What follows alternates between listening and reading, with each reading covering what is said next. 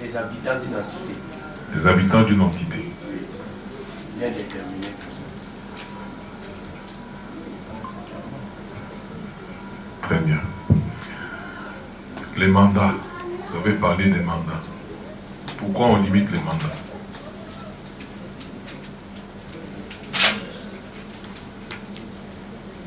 Il y a des dirigeants, bon, ils ont un mandat. Pourquoi on limite ces mandats? On dit à un certain moment on arrête. Donc, pourquoi? En bon juriste, je dirais d'abord que c'est la volonté du constituant. Et la volonté du constituant. Seulement. D'abord. Oui. D'abord la volonté du constituant. Oui. Ensuite, je peux dire que sociologiquement, il serait aussi pas intéressant pour une personne dépassée. Qui peut me répondre?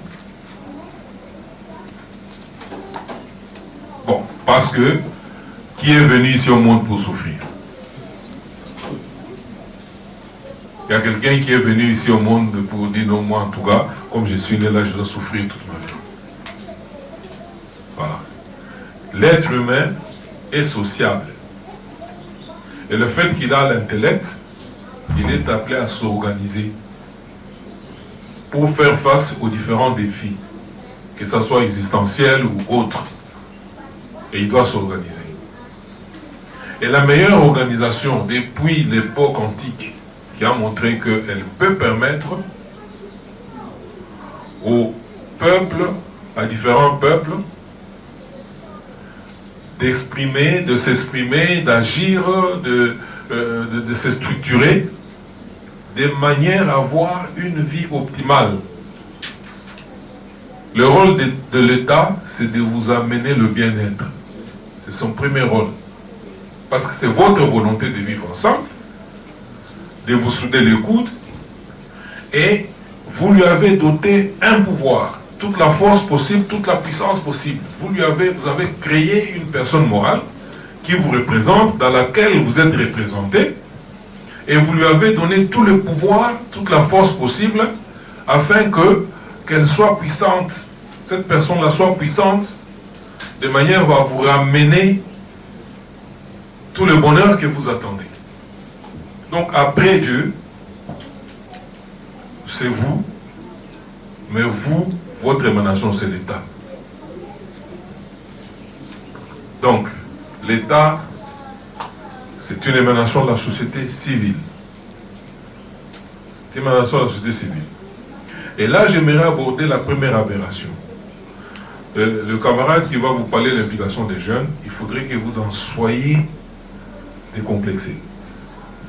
Parce qu'on est habitué à vous dire que vous, là, tel que vous êtes là, vous n'avez aucun pouvoir. Quand j'ai demandé ici, bon, l'État, pourquoi on organise des élections, c'est parce que vous êtes le détenteur du pouvoir. Vous conférez une partie de votre pouvoir à vos représentants qui vont être les institutions de l'État. L'État là qui est votre propre bien parce que c'est le fruit de votre volonté. N'est-ce pas ça? Et ces gens-là, quand ils vont vous représenter là-bas, il n'est pas dit que quand vous êtes ici, vous confiez à quelqu'un, à votre collègue là, et votre ami là, une mission, vous dites, bon, allez me représenter à tel endroit. Donc vous restez ici, n'est-ce pas? Vous l'envoyez vous représenter quelque part. Donc, comme vous restez là, vous n'existez plus. Donc lui, il prend votre existence, il prend tout, il peut maintenant aller faire tout ce qu'il veut. Ce n'est pas ça. Vous lui donnez un mandat, une mission, mais vous détenez encore votre pouvoir. Vous restez souverain primaire, c'est lui qui a la toute première souveraineté. Vous conservez cette souveraineté-là. Et c'est pourquoi c'est lui à qui vous avez donné un mandat, vous lui avez envoyé aller faire ça pendant autant d'années. Et puis, revenez me faire rapport. Non seulement après autant d'années, après ces 5 ans-là, mais à tout moment, l'institution, l'organisation de l'institution dispose que, au moins 3 ou 4 fois par an, que vous puissiez rentrer, c'est celui qui vous a envoyé. Parce que vous êtes, vous les représentez. C'est ce qui justifie le vote. Parce que vous êtes assis sur ce que le monde entier envie. Sur ce que le monde entier envie. Et pour y accéder, ils doivent savoir comment on va vous manipuler. À défaut de vous éliminer. Parce qu'on a décimé des milliers. Mais comment on va vous manipuler? Et si vous n'arrivez pas à Kokolisa esprit, vous allez vivre là, mais sous domination. Vous pensez que ceux les Macron là, c'est eux qui avaient colonisé nos ancêtres? C'est eux qui avaient colonisé nos ancêtres? Non. Ce sont des nouvelles intelligences qui se sont renouvelées, qui ont fait que maintenant, même maintenant là, ils continuent à marcher sur nous. Macron à quel âge? C'est un petit, n'est-ce pas ça? Voilà. Donc, prenez la réalité des choses, vous jeunes. Ne vous pensez pas que vous êtes encore des tout petits enfants là qui peuvent rien. Les incapables, vous peuple, ne pensez pas que vous n'avez aucun pouvoir. Vous n'avez aucun moyen. Non. Décomplexez-vous. Ne pensez pas que vous êtes là, vous ne pouvez pas aller aussi au Parlement là-bas. Pourquoi qu'on s'appelle Maïl au côté de le Parlement? Ne pensez pas que vous ne pouvez que subir, vous ne pouvez pas transformer cette société. Vous pouvez transformer cette société. Mais à condition de renouveler votre intelligence. À condition de comprendre un peu comment la société fonctionne. Malheureusement, ces choses-là, quand on vous les apprend au campus, c'est comme des cours. Hein? Mais on ne vous met pas là pour vous donner les principes actifs, mettre tout cela ensemble et puis tirer la résultante pour dire voilà comment vous pouvez vous comporter dans cet environnement ici pour tirer votre épingle du jeu. J'ai terminé.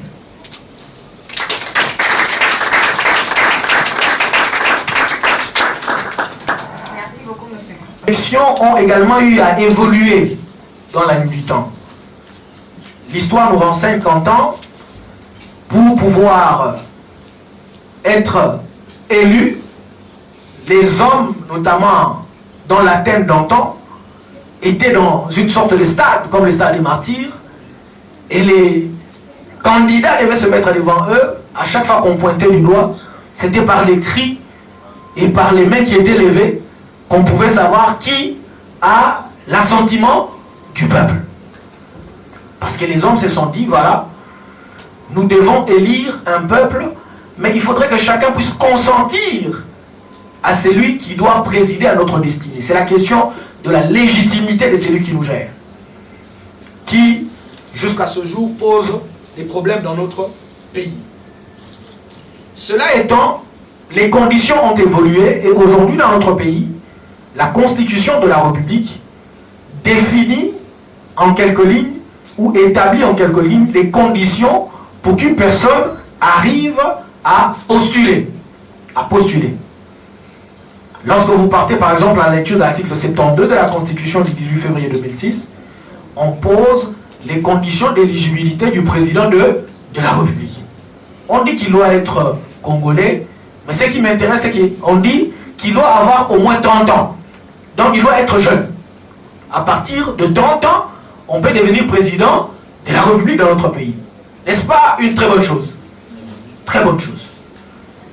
Et très rapidement, pour devenir député national, on dit, au terme de l'article 102 de la Constitution, on dit qu'au-delà d'être congolais, cette fois-là, on réduit encore, on dit, il faut avoir au moins 25 ans.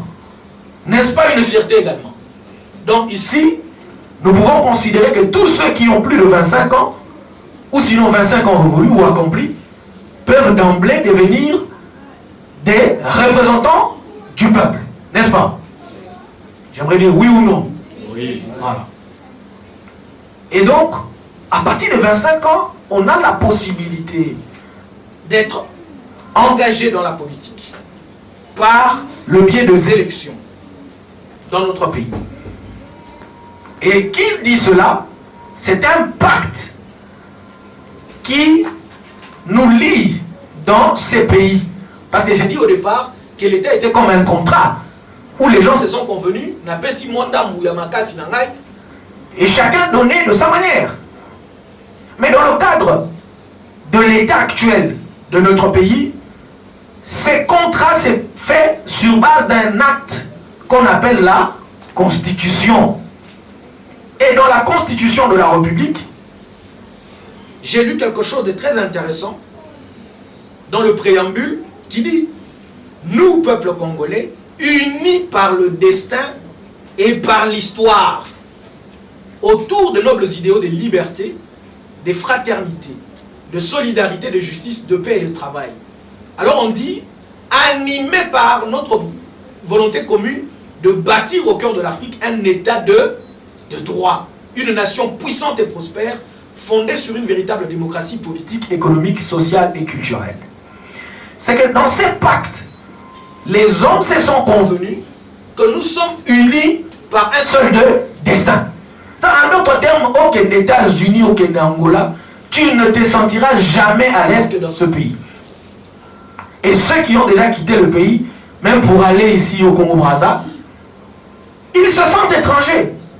Alors que vous avez tous la peau noire. Vous parlez le Lingala, le Kikongo.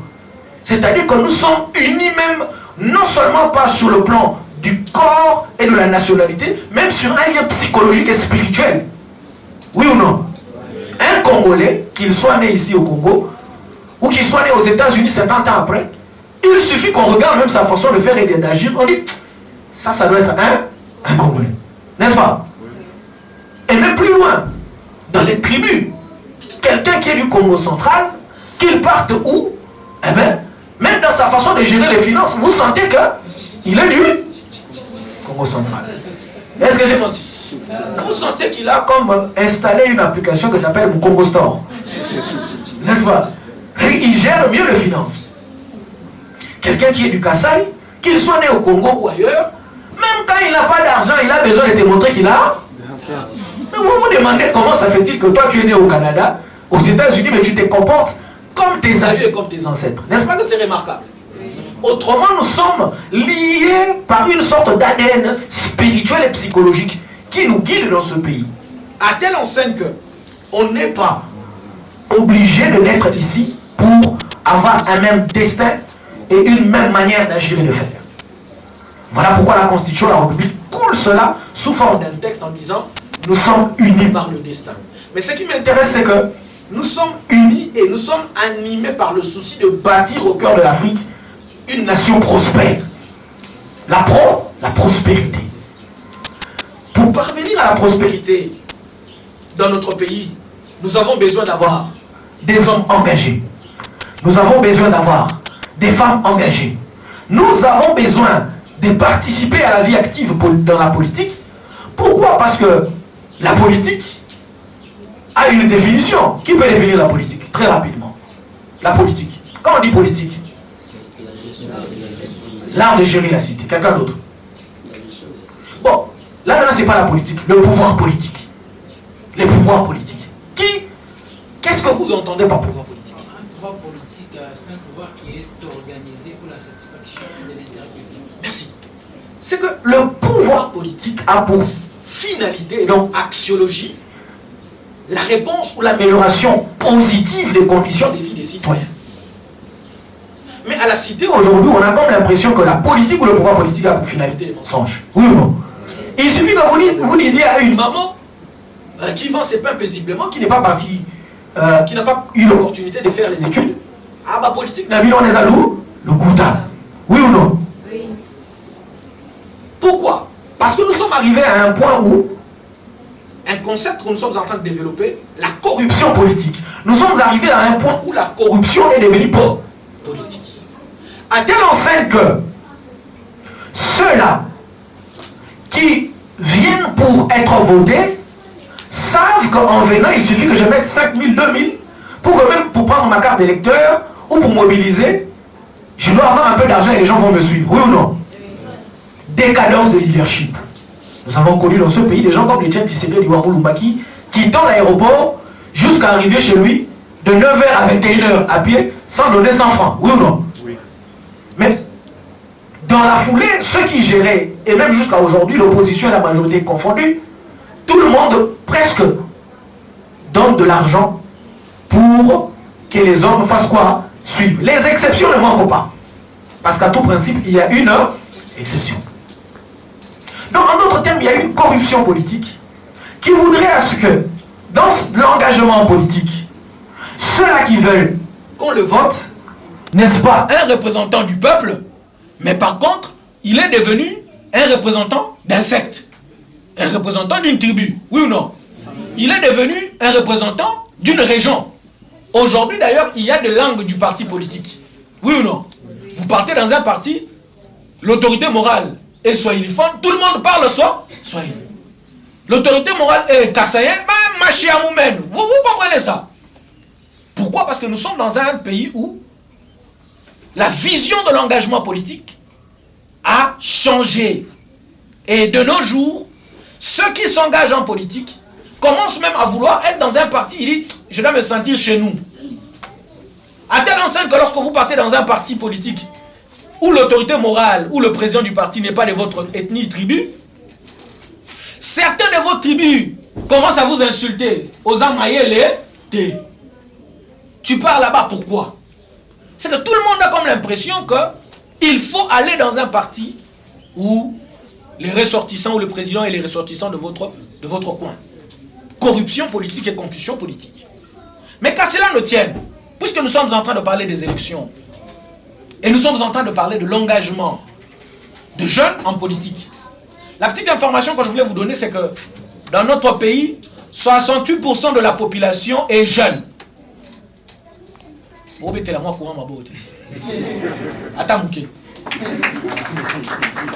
Voilà.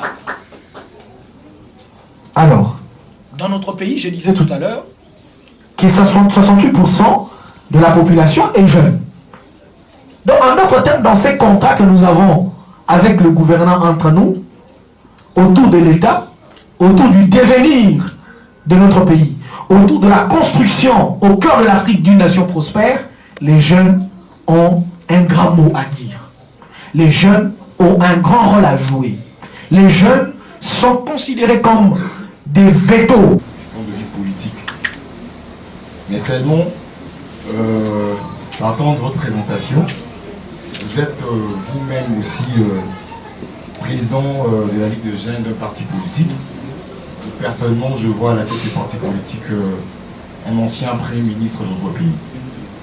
Alors, en regardant justement son histoire déjà, je n'appelle pas tout le monde à être d'accord avec moi, seulement la conscience va être va reprocher la plupart de nous, si vous récusez ce que je vais dire là maintenant. Il est mal réputé, parce que si nous mangeons mal, il s'agit bien de sa politique au sein de, à la tête de notre primature. On lui reproche de l'affaire Bukamalonzo. Alors vous-même, étant jeune, parce que vous avez parlé de la conscience, vous avez parlé de s'engager dans la politique, vous avez parlé d'éviter la corruption, vous avez parlé, en tout cas, il y a tant de choses, personnellement, en tout cas, je vous... C'est notre rôle des souverains primaires si nous savons que réellement les choix que nous allons faire ne seront pas le résultat. Parce que déjà, ici en RDC, nous avons appris qu'on peut être député sans être élu, mais député nommé. Est-ce que réellement, il faut bannir le fatalisme de ce côté-là? Parce que nous savons que nous partons au vote, mais le résultat de ce vote ne reflète pas nos choix. Merci. Il est mal réputé. Vous avez parlé de la réputation. Je vais répondre sous deux volets. Premièrement, c'est que l'élixir du devenir de notre pays devrait nous amener parfois à abattre les juridictions de réseau. Je suis moi-même avocat, je sais de quoi je parle. C'est qu'aujourd'hui, les réseaux sociaux se sont transformés en tribunaux populaires avec lynchage immédiat. Qui d'entre nous ici, si on vous dit qu'un ministre a volé, sans même que vous le cherchiez à savoir si c'est vrai ou faux, vous serez directement d'accord? Qui, si jamais il apprend qu'un directeur de la SNEL ou de la Régie des eaux a détourné de l'argent, qui peut dire non, il n'a pas détourné? Qui? Non, je parle de nous qui sommes là. Qui est capable d'apprendre qu'un président de la République avait détourné des millions sans même preuve et qui peut directement refuser cela ou réfuter cela? La salle est calme. Vous savez pourquoi? Parce que justement les tribunaux populaires sont devenus les réseaux sociaux aujourd'hui. Plus, j'ai posé une question, je voulais même que vous-même vous puissiez dire, moi, je serais capable de dire qu'un DG n'a pas détourné, même si les réseaux sociaux, ou même le parquet a dit qu'il a voté. En juriste, je te réponds en disant qu'il y a un principe qu'on appelle la présomption d'innocence. Ça va? La présomption dit toute personne accusée est présumée innocente jusqu'à ce que sa culpabilité ait été établie. C'est des élémentaires du droit qu'on peut employer. La présomption d'innocence, moi, en légaliste, je ne peux pas dire qu'une personne a volé parce que tout le monde a dit qu'il a volé. Je n'ai pas de preuve. Parce que si je vous demande à prouver, vous savez là où se trouve Boukananoud. Bon, Boukananoud se trouve. Je sais que c'est une question qui vous dérange. Non. Mais je suis un scientifique, camarade. Il y a des éléments. Je vais te mettre en confiance. Voilà. Sois à l'aise. Ça ne me dérange pas parce que c'est des engagements réfléchis. Je sens peut-être que déjà c'est un peu chaud. Non. Je vous remets en confiance. Je me lève pour bien vous voir. Merci. En fait, vous m'avez entendu me présenter au début. Je m'appelle Chiboabo. Ça vous dit quelque chose, n'est-ce pas? Vous êtes de ce nom. Non, je suis en train. Je sais pourquoi je dis cela. La petite histoire, c'est que un jour, j'ai fait une émission où j'ai décrit la mégestion du pouvoir actuel. Et à côté, après, une dame de ma province avec son mari entre. Elle ne savait pas que c'était moi. Et pendant que je parlais, le journaliste répétait. Oh, qu'est-ce qu'on a écrit là? Qu'est-ce que je fais? Abari. Abari, ok.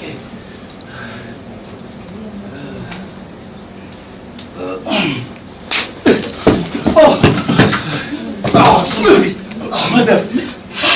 Mais qu'est-ce qu'il y a, mon cher Sinovi? Pourquoi tu cours, mon cher? Laisse tomber. Tu sais, quand je venais vers toi, là, juste quelque part là devant, j'ai croisé un groupe de petits colonels là. On appelle les catafons. Mon cher. Ils ont failli me couper, mais heureusement que j'ai couru. Marathon. Mon cher, je n'ai assez avec ces histoires de clowns. Laisse tomber, c'est la délinquance juvénile, on ne sait pas comment le contrôler alors. Mais ce n'est pas pour ça que je suis venu. Je viens t'apporter la bonne nouvelle. Oh, mais vas-y, mon frère, à gauche. Tu connais l'Aigle Royal? Oh, les coordonnateurs de GCC. Voilà, Laurent Sage Kalema. Ok. Il a lancé encore le festival Tchangouimou. Tchangouimou? Ouais. Encore? Waouh, c'est génial, mon cher. J'ai te dit, mon frère, c'est une bonne opportunité pour les jeunes artistes à pouvoir s'exprimer. Voilà. Et comme toi et moi, on aime la comédie, c'est ça. Nous devons être là. Ah, mon cher, C'est un grand homme. Oh, Nat. Comment tu vas, Madame, le grand génial, Snowy. C'est de la femme ici. Ça va? Ouais, vous savez, mes amis, Laurent Kalema, cette fois-ci, il n'a pas seulement organisé le festival Tchangouimou. Ah bon? Mais oui, et tant que jeune, il a aussi postulé à la députation nationale. Attends. Donc, si je comprends bien, Laurent Kalema fait aussi de la politique. Mais oui, pourquoi pas? C'est un jeune, non? D'accord. Oh, mais c'est normal, il mérite. Ah ben oui. Ok. Mais alors, pourquoi pas nous? Pourquoi pas nous? Elle dit pourquoi pas nous? Écoutez, mes amis, le CENI a vraiment besoin de nous, les jeunes, de nous impliquer et de travailler au processus électoral. Ah bon, c'est ça? Mais oui. C'est une très bonne idée, hein? Regarde-moi. Qu'est-ce que t'en penses?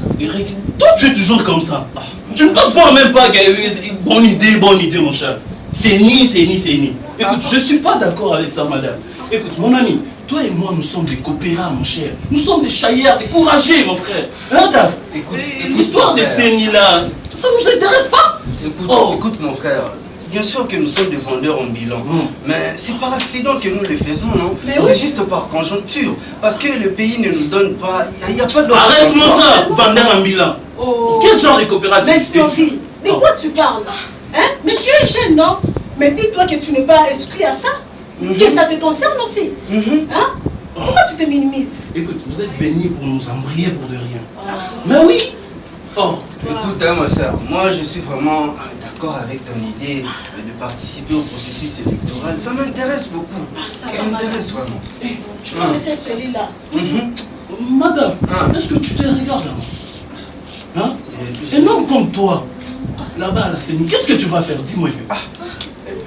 Mon frère, on a quand même fait des études, non? Et pourquoi on a étudié? Hein? Tel que moi, j'ai fait des bonnes études. Hein? Je suis licencié en relations internationales. Et alors, moi aussi, je suis licencié en droit. Ah, voilà, voilà. Un licencié en droit, mais qui n'a pas une bonne, de bonnes idées. Madame est Snovi de licencié. Ah, mais ouais. Elle va vous distraire comme ça. Hein? Moi qui suis un gradué, hein? Mais je m'applique déjà, je travaille à la CENI. Hein? J'ai déjà travaillé étant enrôleur au processus électoral. Ah bon? Mais oui. Alors moi, simple diplômé, en 2011, j'étais témoin. Et maintenant là, je travaille à la CENI. C'est pas par hasard et je suis même surprise d'entendre que vous êtes licenciés tous les deux. Mais comment est-ce que vous avez cette opportunité? Mais nous... vous savez, Seigneur.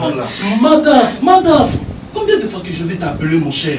Si Saint-Tiche et puis Renat ont travaillé à la CENI, c'est parce qu'ils ont des relations, mon cher. Maintenant, Sylvie. Oui.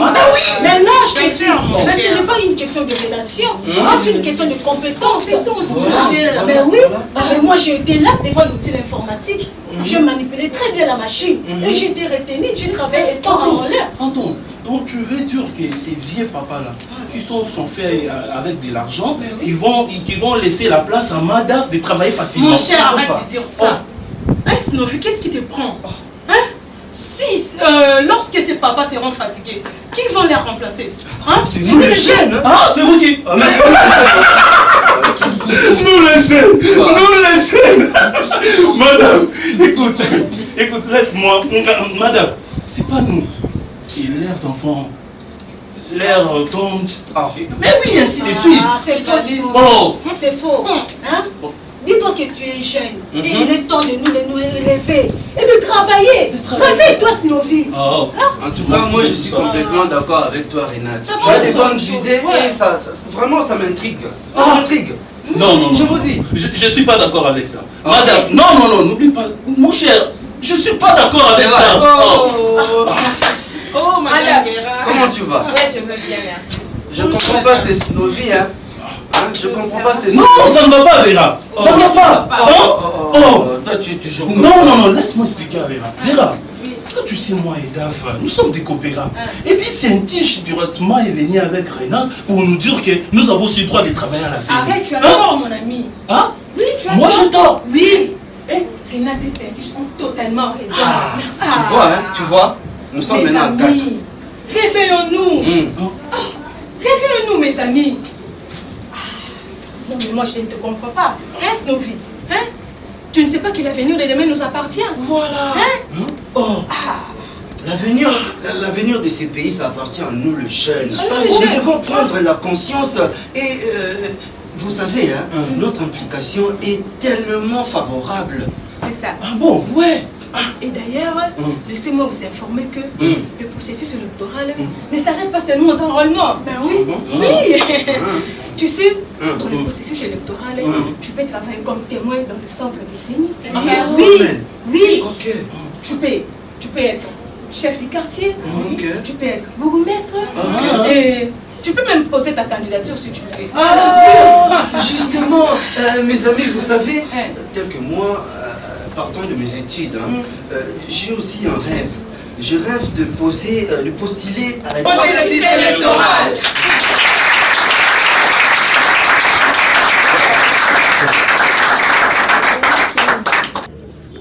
Oui, moi je crois que d'abord je salue les organisateurs parce qu'il est très important que la démocratie, nous puissions la socialiser. Elle doit entrer dans notre culture. La RDC s'appelant République démocratique du Congo. Donc elle fait partie de notre identité et nous devons la socialiser à outrance. Deuxièmement, nous pensons que les jeunes ont un rôle déterminant.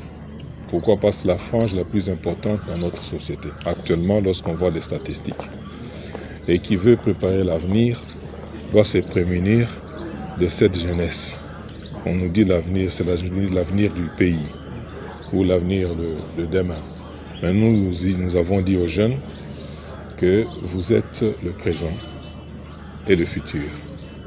Et vous devez également vous assurer du passé en tant qu'outil de connaissance afin de circonscrire l'avenir qui serait meilleur pour vous. Alors pour ce faire, il faut prendre ses responsabilités. La démocratie, elle est faite pour le peuple et le peuple doit s'en approprier. Nous avons donné les principes actifs dans la corrélation entre la société globale, l'État, qui est son émanation. Nous avons parlé des institutions, la performance des institutions et le rôle du souverain primaire. Nous avons essayé de décortiquer cette souveraineté-là, son potentiel, et ce qu'il offre comme possibilité de transformation de la société. Nous avons invité les jeunes à renouveler leurs connaissances, à s'impliquer à ausculter le monde tel qu'il évolue et de voir qu'est-ce qui doit être appliqué pour que le Congo, qui est déjà prédisposé à être un paradis, au regard de ce dont nous disposons comme richesses et autres, mais le paradis qui doit être matérialisé. Il faut transformer tout cela, ça passe par la science et la technologie, ça passe par le travail. Et ce sont des grandes valeurs. La lutte contre la corruption sont des grandes valeurs pour lesquelles la jeunesse devrait être imprégnée de manière à s'en approprier. Voilà l'essentiel de notre... Et aujourd'hui, il y a des élections. C'est un grand rendez-vous. C'est un grand rendez-vous. En tant qu'électeur, on détient un pouvoir qui est également politique. C'est ce pouvoir-là que nous conférons à nos représentants, qui vont nous représenter dans les institutions, qui feront que les institutions soient performantes et que, en retour, le peuple dans son ensemble puisse accéder au bonheur qu'il escompte. Et il n'est pas acceptable qu'on continue à dire aux jeunes qu'écoutez, ou à la société civile que vous êtes apolitique. La politique, c'est une thématique à part entière de la société civile. Et si nous en sommes exclus, c'est à ce moment-là que nous subissons, nous devenons de simples instruments, alors que les maîtres du jeu, c'est nous, le peuple. Merci beaucoup. C'est moi qui vous remercie.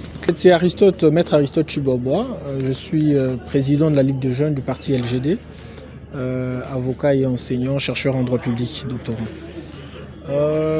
La question qui nous avait été posée, ou sinon notre sujet de ce jour, était de traiter de l'implication de jeunes dans le processus électoral. C'était la thématique centrale. Et de manière particulière, nous avons traité de la question de l'engagement politique de jeunes. Qu'en est-il de cet engagement? Il avait été question de faire comprendre aux jeunes que l'État, comme un contrat, voudrait à ce que chacun d'entre nous puisse s'engager d'une manière ou d'une autre au devenir de la nation. Et pour ce faire, l'engagement politique était très important parce que la politique, comme le pouvoir politique, visant l'amélioration positive des conditions de vie des citoyens, demanderait à ce que ceux-là qui nous gouvernent soient à même capables de répondre aux besoins de ce peuple. Et pour ce faire, par un concept latin, le ius suffragii, qui nous donne deux volets, savoir le droit d'élire et d'être élu. Nous avons démontré qu'il était important pour les jeunes de s'engager à prendre leur carte d'électeur afin d'avoir la capacité d'élire, parce que c'est un droit. Et puisque le vote était très important, permettant à ce pays d'accomplir son rêve établi dans les préambules de la Constitution de la République, c'est-à-dire bâtir au cœur de l'Afrique une nation développée, prospère, cela ne peut passer que par des élections. Et pour que ces élections soient des élections qui nous donnent la recette qu'il faut, il faudrait que les jeunes se lèvent, parce que la jeunesse de notre pays, c'est notamment 68%. Et 68% de jeunes, c'est déjà un grand électorat. Voyez-vous, les jeunes ont un mot à dire. Et nous les avons également demandé de ne pas être de ne pas noyer dans la fatalité, dans les fatalismes, de ne pas dire que puisque nous sommes en Afrique, ceux qui organisent les élections, ce sont ceux-là qui arrivent à gagner ou à remporter les élections. Nous les avons demandé de se lever, de s'engager, parce que c'est eux, et c'est nous, jeunes, qui avons la capacité, le pouvoir de changer la trajectoire du chose. Et nous les avons également demandé d'avoir de l'éthique et une certaine déontologie dans le choix. Parce qu'aujourd'hui, la plupart des gens qui votent parce qu'ils ont eu un 500 francs, un t-shirt, votent parce que la personne qui veut voter provient de la même province ou de même espace linguistique qu'eux. Alors qu'il est très important de voter la compétence, pas la tribu, puisque la meilleure tribu, c'est la compétence, c'est les capacités de transformer les choses. Citant Albert Einstein et même Martin Luther King, nous avons dit que celui qui regarde le mal sans agir est complice du mal, et que les gens ne devraient pas regarder le mal qui gangrène nos nations, où les choix sont des choix ethnico-tribales, où les choix ne relèvent pas des choix des compétences, qu'ils devraient choisir des dirigeants qu'il faut pour un meilleur devenir de notre pays. C'était ça le discours essentiel de notre pays, en le faisant comprendre que si nous voulons changer les choses, nous ne devons pas être neutres, nous devons nous lever, nous engager totalement en politique pour le bien fondé de notre nation. Merci beaucoup. Je vous remercie.